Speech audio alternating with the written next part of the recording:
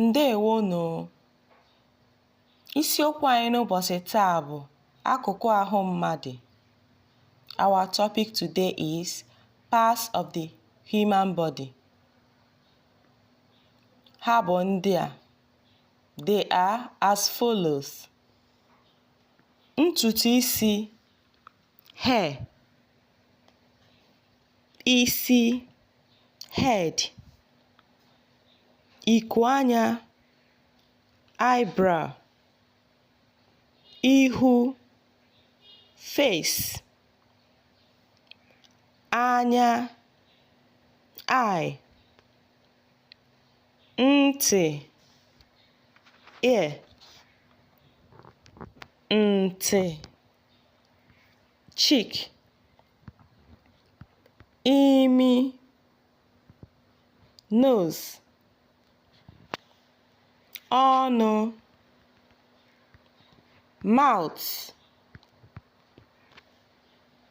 Ire, tongue. Eze, teeth. Egbugbere ọnụ, lip. Nkwojiaka, wrist. Aka, hand. Ọbaka, palm. Olu, neck. Obi, chest.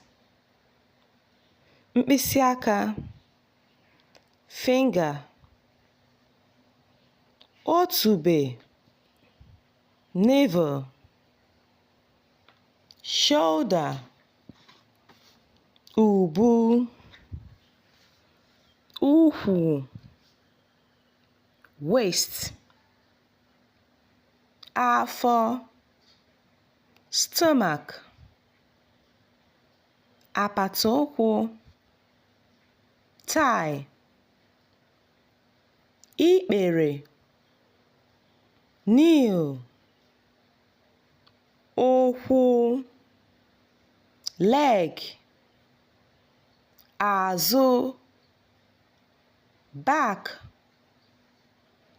Mbọ aka,